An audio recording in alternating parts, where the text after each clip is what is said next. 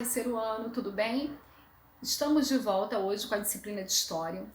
Nós vamos abrir o nosso livrão na página 242 e vamos falar sobre o tema o que são serviços públicos. Serviços públicos são serviços fornecidos pelos governos para toda a população. E como é que isso acontece? Esses serviços são fornecidos através de fornecimento de água, tratamento de esgoto, iluminação pública, coleta de lixo, assistências médicas e segurança também, e educação. Bom, falando em educação, atualmente quase todas as cidades possuem escolas. A maioria dos países considera a educação algo obrigatório para as crianças. Escola é o local destinado ao ensino. Ensino somente? Não, ensino e aprendizagem de alunos sob orientação de quem? Nós, os professores. As escolas do passado eram assim, mais ou menos assim, na página 243, perdão. As escolas do passado, essa aqui que eu mostrei, é considerada as primeiras escolas brasileiras. Elas foram criadas pelos padres jesuítas por volta de 1550. Mais tarde, em 1827, o imperador Dom Pedro I determinou a criação de escolas em todos os vilarejos e em todas as cidades. Antes dessa determinação, por Dom Pedro I, somente as pessoas mais ricas poderiam estudar. Olha só como é que eram as coisas, né? Complicado. E geralmente apenas os meninos estudavam, as meninas não. Depois, com o passar dos anos, as escolas passaram a ser gerenciadas pelo governo e aos poucos se tornaram para toda a população. Como a gente pode perceber, as escolas também têm a sua história. Provavelmente a escola em que você estuda, Colégio Santa Marta, Educandário Santa Marta, passou por várias modificações ao longo do tempo até se tornar o que é hoje. Toda escola tem a sua história, certo? Então, falando de outra área, dentro do nosso assunto sobre serviços públicos, nós vamos falar sobre a área da saúde, lá na página 245. A oferta de serviços de saúde, a construção e a manutenção de hospitais também fazem parte desses serviços públicos que o governo deve oferecer à população. Esses hospitais, que foram feitos de campanha para o vírus, atual, para atender a população, materiais que devem ser comprados, profissionais que devem ser colocados para melhorar o atendimento, isso tudo faz parte dos serviços públicos, certo?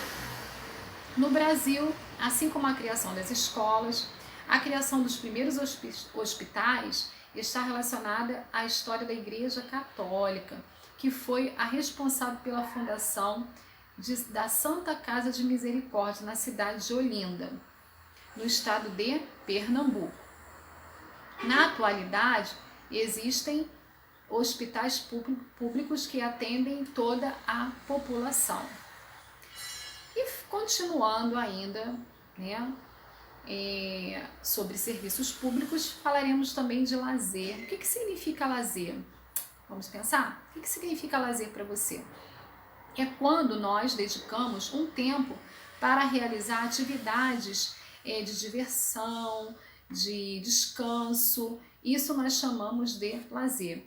O direito ao lazer é garantido pela Constituição brasileira. Por essa razão, os governantes têm o dever de manter os locais públicos onde a população possa ter lazer. É um direito nosso, correto?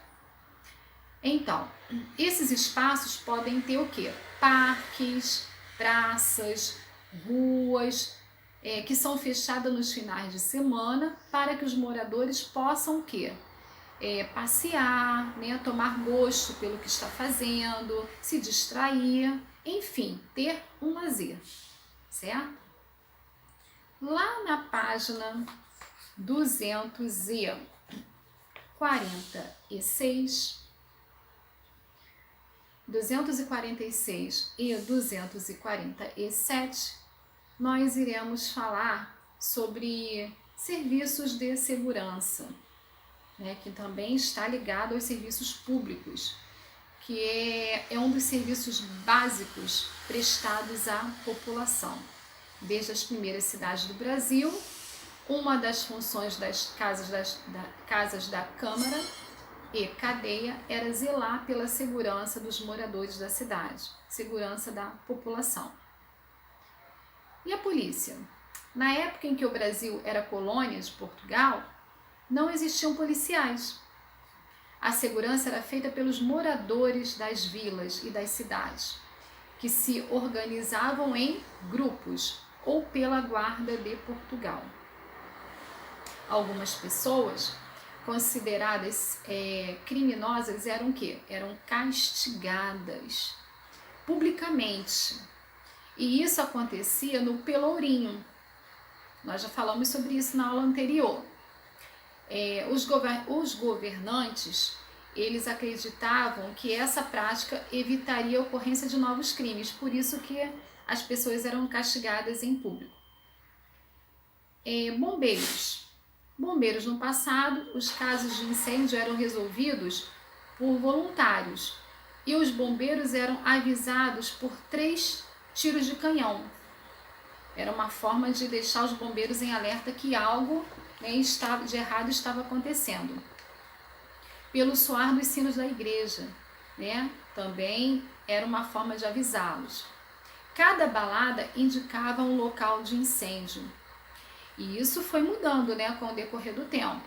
Na atualidade, as cidades elas dispõem desse serviço, né, do Corpo de Bombeiros, que conta com o quê? Com aparelhos, tecnologia, funcionários, né, preparos, né, para atender à emergência, né, ou às emergências da população.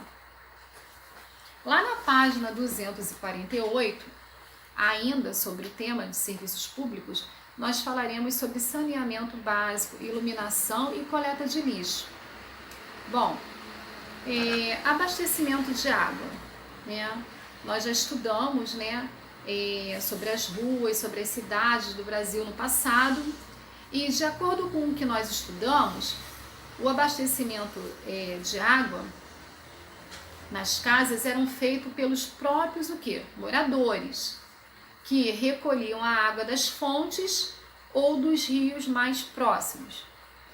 No Brasil, existem lugares onde as pessoas precisam buscar água em poços ou rios, mas em grande parte das cidades brasileiras há um serviço de abastecimento de água que possibilita que ela chegue direto às torneiras das nossas casas, graças a Deus, por isso. Bom, com relação à coleta de lixo, nós sabemos, né, que cada brasileiro ele possui em média 500 gramas de lixo por dia, mais ou menos isso, né? Nós brasileiros produzimos em média, né?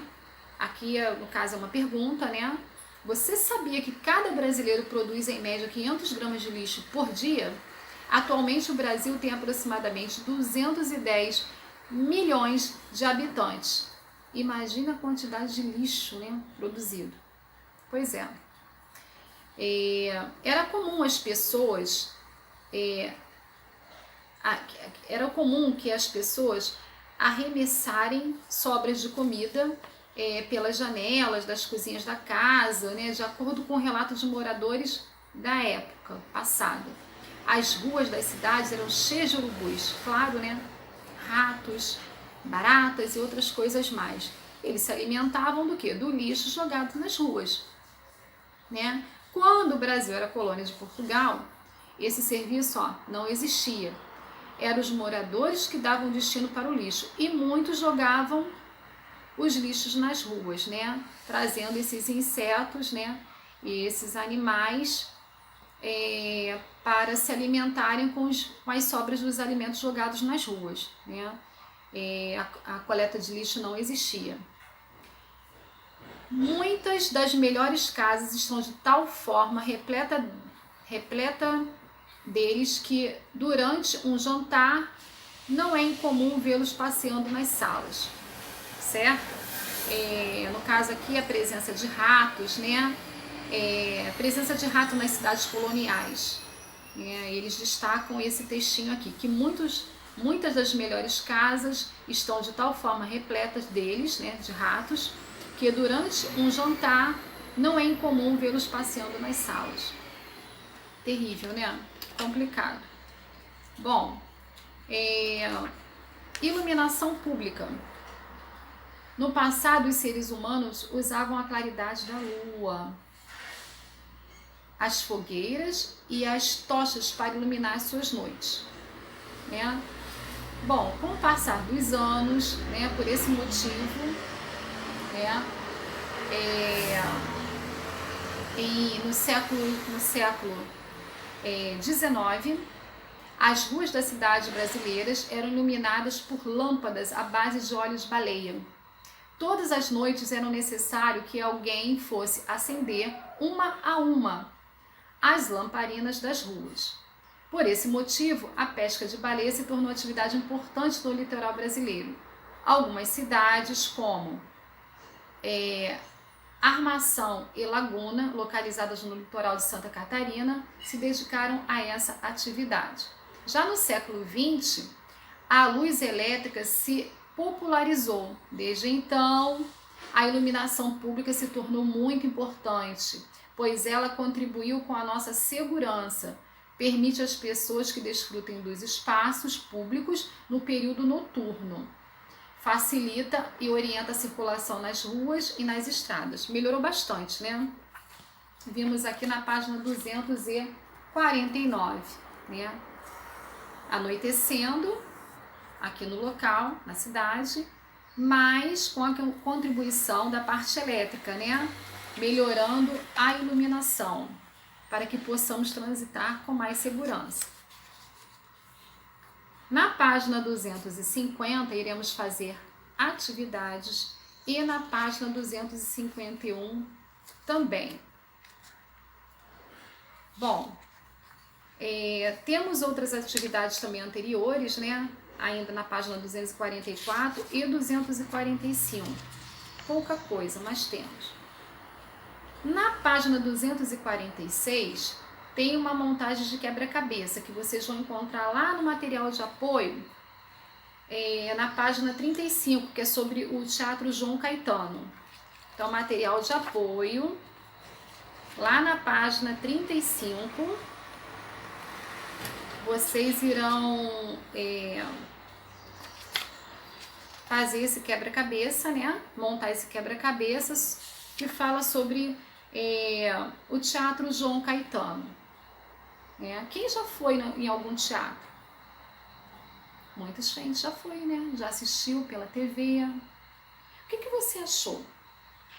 Você assistiu qual peça? Você lembra? Então, você sabia que o teatro é uma das formas de lazer mais antiga? O teatro é a arte de imitar e interpretar. Nós vimos isso, né, em língua portuguesa também. Na Grécia Antiga, o teatro era bastante popular. No Brasil, os primeiros teatros foram construídos há 200 anos atrás. O Real Teatro São João foi o pioneiro. Ele foi construído em 1813 e passou por várias reformas. Atualmente, o local ocupado é pelo Teatro João Caetano. Em um teatro são realizadas encenações artísticas, como comédias, dramas e músicas. Mesmo com a invenção do cinema e da televisão, nenhum deles substitui o teatro, onde existe uma interação direta entre os atores e o público. É muito legal, né? A peça teatral, porque às vezes a gente até entra na história, né, através do pensamento, né, através do que está sendo passado ali pra gente. Muito legal mesmo. Quem já foi no teatro, quem já assistiu pela TV, sabe o quanto é valoroso, né? O quanto é bom. Então, lá na página 35 do material de apoio, vocês vão montar, tá? Esse quebra-cabeça do teatro, ok? Bom, vamos ficar por aqui. Essa é a nossa explicação de hoje na disciplina de História. E eu vou deixar aqui anotado para vocês as páginas para vocês realizarem as atividades de casa, ok? Beijo!